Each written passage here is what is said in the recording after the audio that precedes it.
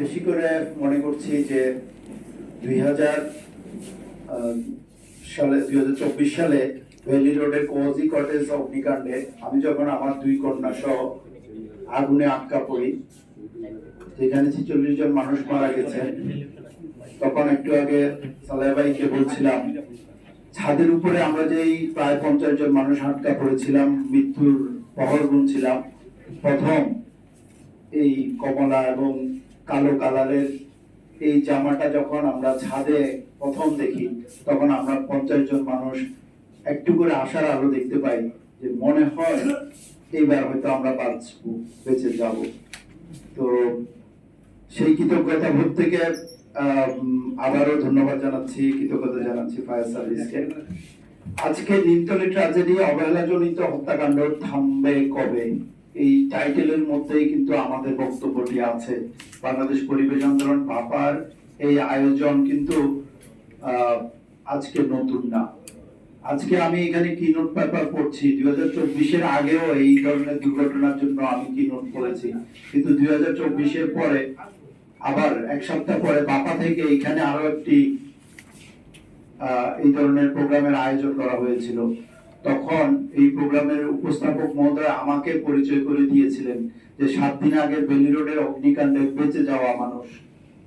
আমি তখন বলেছিলাম বেলি রোডে আমি হয়তো বেঁচেছি, কিন্তু আপনারা কি হলফ করে বলতে পারবেন যে আপনারাও সবাই বেঁচে যাওয়া মানুষ না?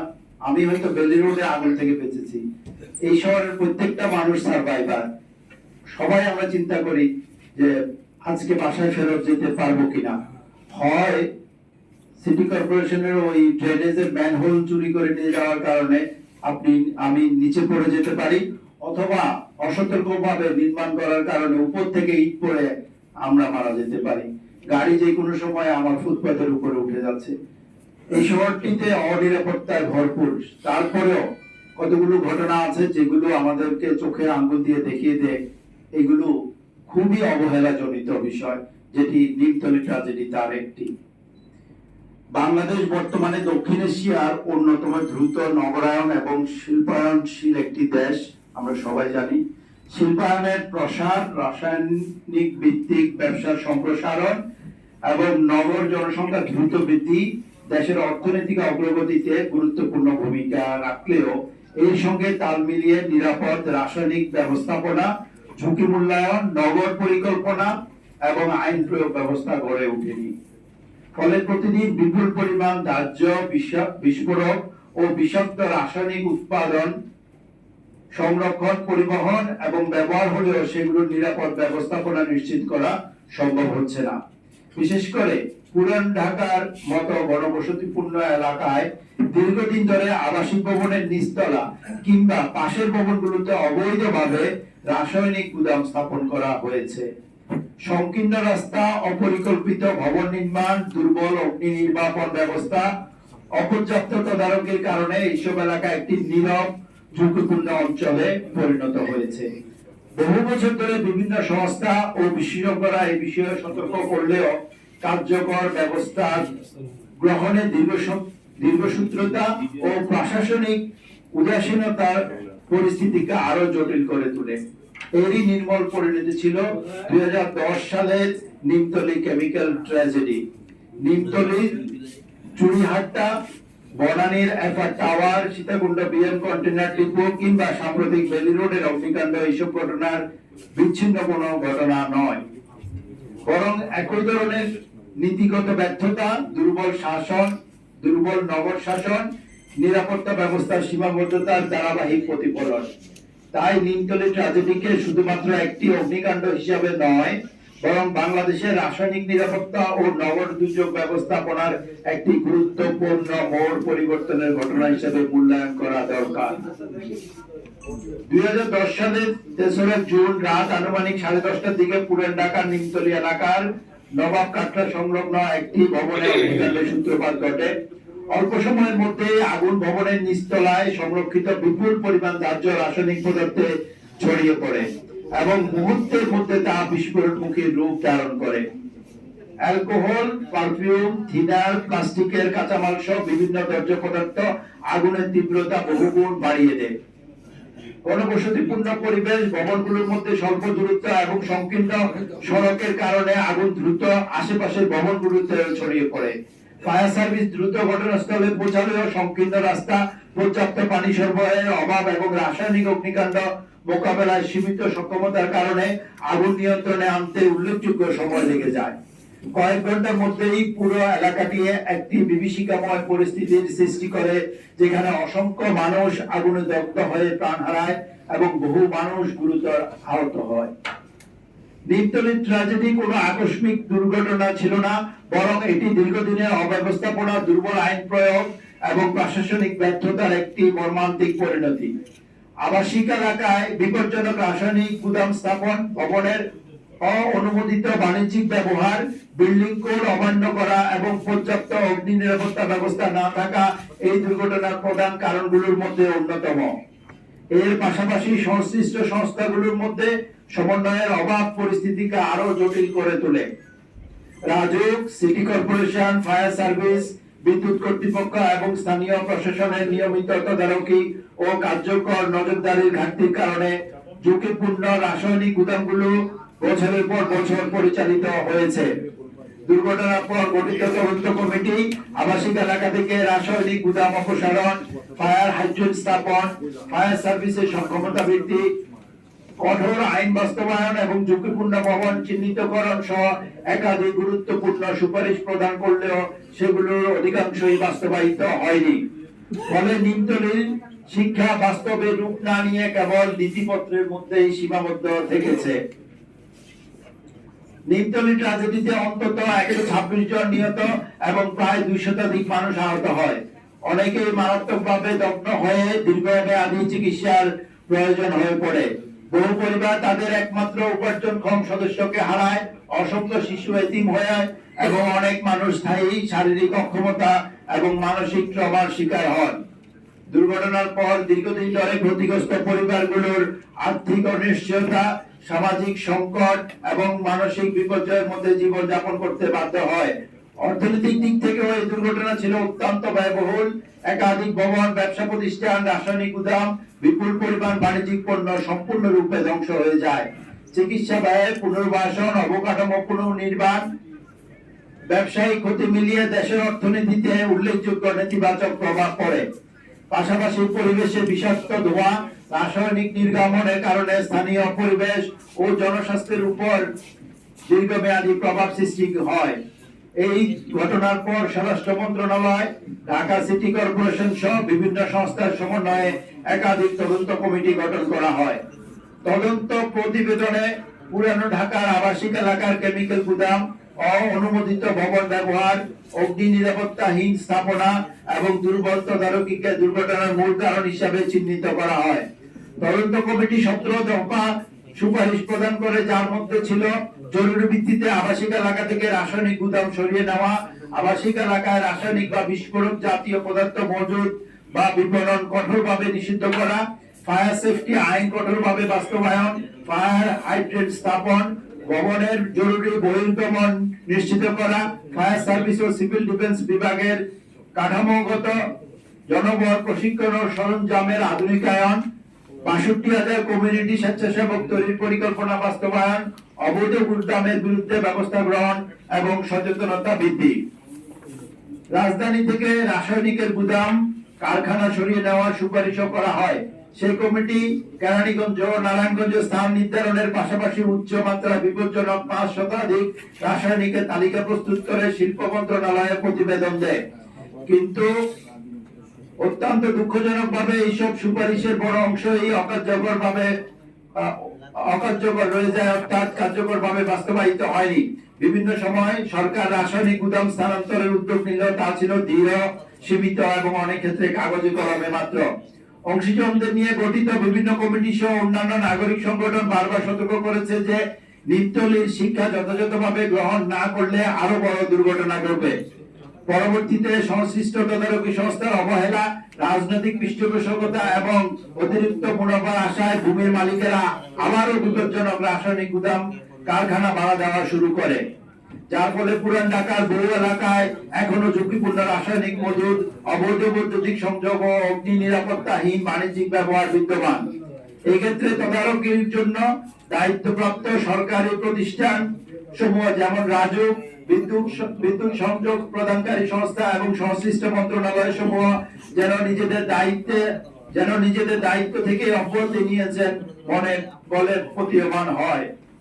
ফলে নিমতলীর শিক্ষা কাঠামোগত পরিবর্তনে রূপ নিতে পারেনি।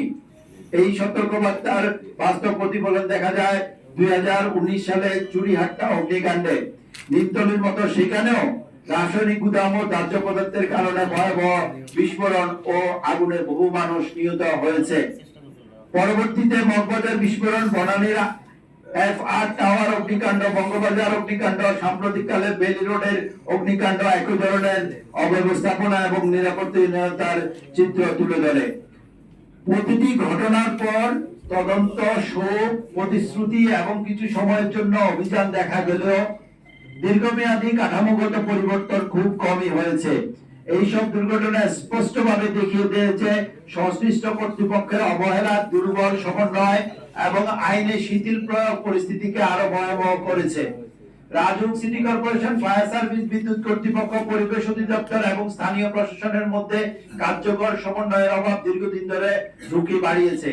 অনেক ক্ষেত্রে অননুমোদিত ভবন, বাণিজ্যিক রূপান্তর এবং কেমিক্যাল গুদাম সম্পর্কে সংশ্লিষ্ট সংস্থাগুলো অবগত থাকলেও কার্যকর ব্যবস্থা নেওয়া হয়নি। প্রতিটি ঘটনার পরেই তদন্ত হয়েছে, নির্দেশনা এসেছে, অভিযান পরিচালিত হয়েছে, কিন্তু কিছুদিন পর সবকিছু আবার আগের মতো হয়েছে। অদ্যাবধি কাউকে বা কোনো সংস্থাকে দায়ী করে কোনো ব্যবস্থা গ্রহণ করা হয়নি। ফলে স্বাভাবিকভাবে গড়ে উঠা দায়িত্বহীনতার সংস্কৃতি পুরো বিষয়টিকে আরো জটিল ও ভয়াবহতার দিকে ঠেলে দিয়েছে। এই যেন এক ভয়ঙ্কর চক্র, অগ্নিকাণ্ড, মৃত্যু, শোক, প্রতিশ্রুতি, তারপর বিস্মৃতি। বাংলাদেশ পরিবেশ আন্দোলন বাপা নিমতলীর পর থেকে পুরান ঢাকার আবাসিক এলাকা থেকে রাসায়নিক গুদাম ও ঝুঁকিপূর্ণ শিল্প কার্যক্রম অপসারণের দাবিকে নাগরিক আন্দোলনের রূপান্তর করে। নিমতলী থেকে চুরিহাট্টা, মগবাজার, বেইলি রোড পর্যন্ত প্রতিটি অগ্নিকাণ্ডের পরপরই বাপার অংশগ্রহণ ছিল মূলত অনুসন্ধান ভিত্তিক প্রতিবেদন উপস্থাপন, কাঠামোগত এবং আইনগত প্রতিকার দাবি, জবাবদিহিতা নিশ্চিত করা এবং নিরাপদ ও পরিবেশ বান্ধব নগরায়নের জন্য জনসচেতনতা গড়ে তোলা। নিমতলী কেমিক্যাল ট্র্যাজেডি বাংলাদেশের জন্য একটি কঠিন শিক্ষা। এই দুর্ঘটনা প্রমাণ করেছে যে দুর্বল নগর পরিকল্পনা, অপর্যাপ্ত রাসায়নিক নিরাপত্তা, আইন বাস্তবায়নের ঘাটতি এবং প্রাতিষ্ঠানিক জবাবদিহিতার অভাব একটি স্থানিক দুর্ঘটনাকে জাতীয় বিপর্যয়ে পরিণত করতে পারে।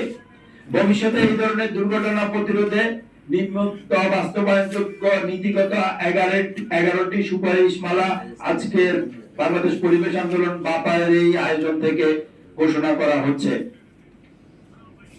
সুপারিশ মালা 1, আবাসিক এলাকা থেকে রাসায়নিক গুদাম ও ঝুঁকিপূর্ণ শিল্প কারখানার সম্পূর্ণ স্থানান্তর। নির্দিষ্ট সময়সীমার মধ্যে পুরানো ঢাকা এবং অন্যান্য আবাসিক এলাকা থেকে সকল অবৈধ রাসায়নিক গুদাম ও ঝুঁকিপূর্ণ শিল্প কারখানা অপসারণ করে পরিকল্পিত কেমিক্যাল স্টোরেজ জোন বা কেমিক্যাল ভিলেজ প্রতিষ্ঠা করতে হবে।